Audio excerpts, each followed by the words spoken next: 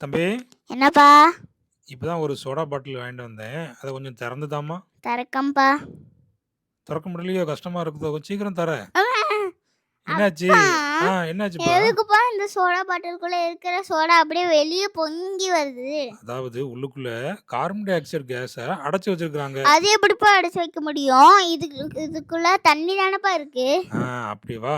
அதாவது அந்த carbon di oxide case இருக்கு இல்லையா? ஆமா. இந்த தண்ணிக்குள்ள கரைஞ்சு போய் இருக்கும். அது எப்படிப்பா? அதாவது அதிக பிரஷர் குடுத்தாச்சுன்னா, இந்த கார்பன் டை ஆக்சைடு கேஸு இந்த தண்ணீல கரைஞ்சிரும். ஈஸியா கரைஞ்சிரும். அதுல கரைந்த CO2 தான் திறக்கும்போது வெளியில வருது. இங்க பாரு, அந்த CO2 கேஸ் இருக்குதா, அத நம்ம ஹை பிரஷர் குடுக்குறோம். கீழ வந்து வாட்டர் இருக்குதா, அத கம்ப்ரஸ் பண்ண உடனே அந்த CO2 எல்லாம் அந்த வாட்டர்ல அப்படியே கரையுது பாருங்க. ஆமாப்பா. இப்படிதான் அது அப்படியே அந்த வாட்டர்ல கரைஞ்சிக்கிட்டு இருக்கா? ஆமா. இப்போ அந்த CO2 பார்த்தீங்கன்னா, திறந்த உடனே இந்த மாதிரி அது வெளியில வந்துரும். 7 அப் பாட்டில்ல ஜூஸ் வெளிய வருது இல்லையா?